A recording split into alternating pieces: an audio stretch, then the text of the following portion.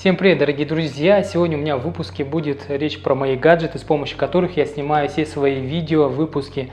В общем, давайте подробно о них поговорим, посмотрим вместе. В общем, у меня на канале неоднократно в комментариях, также в личке спрашивают, на какой камере ты снимаешь все свои видео, на каком дроне ты летаешь и снимаешь все с высоты. Так, давайте я отвечу. На чем я снимаю? Снимаю на смартфоне все свои видео. Ни одной камеры не было использовано. Смартфон называется iPhone XS, 256 гигабайтов. Да, айфоны творят чудеса, и на андроиде такого качества не получишь, как на айфоне. В общем, снимаю все на iPhone XS. Но вы, наверное, подумаете, а как у тебя так все плавно? Так, плавность дает вот как раз таки Steadicam. Это такой похожий на монопод приборчик, который дает нам плавную картинку. Вот. У меня два Steadicam, один используется как запасной, но на практике показалось, что один Steadicam просто хватает на 24 часа съемок. Поэтому этот используется в зимнее время, вот во время прогулок, аккумулятор садился, поэтому приходилось второй Steadicam брать, использовать. Но еще помимо всего этого я использую внешний объектив, Sirui называется. Для чего этот объектив внешний? Для того, чтобы был широкий угол, больше охвата картинки, потому что на встроенных двух линзах iPhone XS нету широкоугольной камеры, как на iPhone 11, iPhone 12. Объектив таким образом крепится, очень удобно. Потом вставляю на Steadicam. В общем, я закрепил смартфон на Steadicam, поставил объектив, и все это дело выглядит с внешней стороны таким образом. Я хожу, снимаю все свои прогулочки, выпуски в таком образе. Так, дальше идет монопод. У меня он как штатив используется. Когда необходимо там себя снимать и так далее, заставляю так, закрепляю смартфон и беру здесь удаленное управление. Есть через Bluetooth кнопку, можно делать селфи-видео, селфи-фотки и так далее. В общем, в тревоге очень помогает, так же как просто монопод, селфи туда-сюда. Во все свои выпуски я включаю полеты над той местностью, где я провожу съемки, снимаю на высоте, именно вот на Mavic Air от фирмы DJI. Он у меня официально зарегистрирован, имеется разрешение на полеты. Также все соответствующие остальные разрешения. Летаю на вот таком джойстике. В общем, интересно, прикольно. В детстве мечтал стать пилотом, но не стал пилотом, зато стал пилотом дрона. Также помимо всего этого, у меня смартфон, конечно, вовремя съемок в 4К, я именно снимаю в 4К качестве. Аккумулятор быстро садится, и поэтому приходится заряжать через портативный аккумулятор. Здесь 10 тысяч ампер от фирмы Xiaomi. Очень здорово помогает, спасает. Также по поводу микрофонов. У меня, как видите, имеется петличка, это радиосистема Rode. Очень удобно, можно до 10-15 метров отходить от камеры и вещать.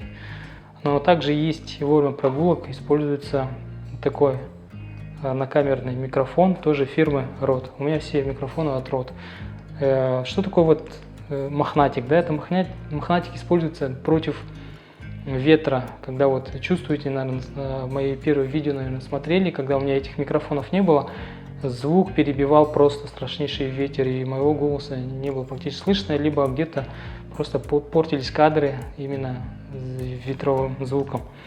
В общем, такое дело. В общем, как-то так, ребята. Что я забыл еще сказать? Я свои видео монтирую именно на компьютере.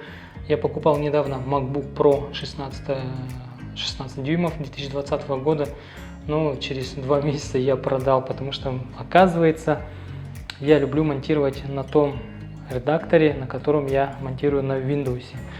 Он очень удобный, чем Final Cut. MacBook брал чисто ради Final Cut. В общем, он мне никак не зашел, получается. Неудобный, он слишком простой показался. Я люблю такие более профессиональные программы, которые мне дают очень большие преимущества в монтаже, цветокоррекции и так далее. Дорогие друзья, это я все показал для тех людей, которые хотят тоже заняться не знаю, ютуберством, блогерством, не знаю, или просто для себя качественные видео снимать. Я вам все показал. Steadicam, смартфон, iPhone, Mavic Air, либо другой от DJI фирмы, внешние микрофоны, накамерно, либо как у меня Rode, обязательно аккумулятор портативный. И вы можете поехать куда угодно снимать, тревел-влоги снимать, не знаю, не обязательно влоги что-то снимать, да, можете снимать для себя, для памяти, для своей семьи, как вы путешествуете, где вы просто гуляете, как отдыхаете на природе, можете снимать для своего домашнего архива.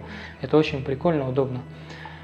Дорогие друзья, я снимаю все свои выпуски исключительно только для вас, и мне нужна ваша поддержка.